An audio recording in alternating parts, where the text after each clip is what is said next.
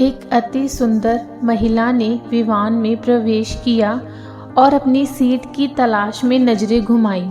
उसने देखा कि उसकी सीट एक ऐसे व्यक्ति के बगल में है जिसके दोनों ही हाथ नहीं हैं। महिला को उस अपाहिज व्यक्ति के पास बैठने में झिझक हुई। उस सुंदर महिला ने एयर होस्टेस से कहा, मैं इस सीट पर सुविधापूर्वक यात्रा नहीं कर पाऊंगी क्योंकि साथ की सीट पर जो व्यक्ति बैठा हुआ है उसके दोनों हाथ ही नहीं हैं। उस सुंदर महिला ने एयर होस्टेस से सीट बदलने हेतु आग्रह किया। असहज हुए एयर होस्टेस ने पूछा, मैम, क्या मुझे कारण बता सकती हैं? सुंदर महिला ने जवाब दिया, मैं ऐसे लोगों को पसंद नहीं करती। मैं ऐसे व्यक्ति के पास बैठकर यात्रा नहीं कर पाऊंगी। दिखने में पढ़ी लिखी और विनम्र प्रतीत होने वाली महिला की ये बात सुनकर एयर होस्टेस अचंभित हो गई। महिला ने एक बार फिर एयर होस्टेस से जोर देकर कहा कि मैं उस सीट पर नहीं बैठ सकती, मुझे कोई दूसरी सीट दे दी जाए। एयर होस्टेस ने खाली सीट की तलाश में चारों ओर नजरें घुमाईं, पर कोई भी सीट खाली नहीं दिखी। एयर होस्टेस ने महिला से कहा, मैडम, इस इकोनॉमी क्लास में कोई सीट खाली नहीं है, किंतु यात्रियों की सुविधा का ध्यान रखना हमारा दायित्व है।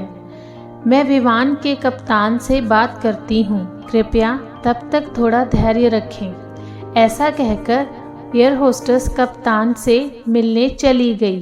कुछ समय बाद लौटने के बाद उसने महिला को बताया, मैडम, आपको जो असुविधा हुई उसके लिए बहुत खेद है। इस पूरे विमान में केवल एक ही सीट खाली है और प्रथम श्रेणी में है। मैंने हमारी टीम से बात की और हमने एक असाधारण निर्णय लिया है। एक यात्री को इकोनॉमी क्लास से प्रथम श्रेणी में भेजने का कार्य हमारी कंपनी के इतिहास में पहली बार हो रहा है।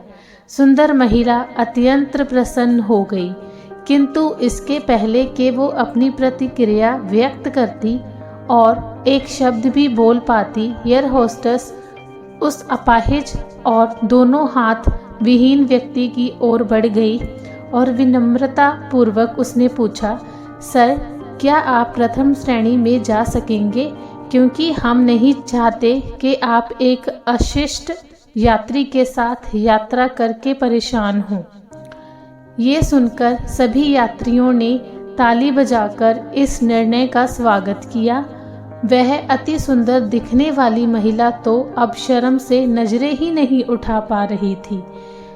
तब उस अपाहिज व्यक्ति ने खड़े होकर कहा, मैं एक भूतपूर्व सैनिक हूँ और मैंने एक ऑपरेशन के दौरान सीमा पर हुए बम विस्फोट में अपने दोनों हाथ खोए थे।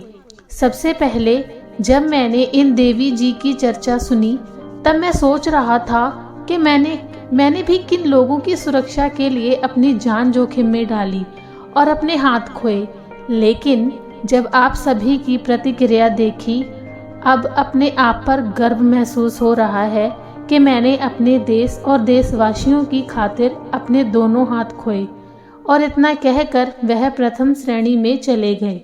सुंदर महिला पूरी तरह से शर्मिंदा होकर सर झुकाए सीट पर बैठ गई। अगर विचारों में उदारता नहीं तो ऐसी सुंदरता का कोई मूल्य नहीं है। आशा है आपको हमारी आज की कहानी पसंद आई होगी। अगर आपको हमारी कहानी पसंद आई तो कृपया चैनल को सब्सक्राइब करें, लाइक करें और अपने दोस्तों के साथ शेयर करें। धन्यवाद।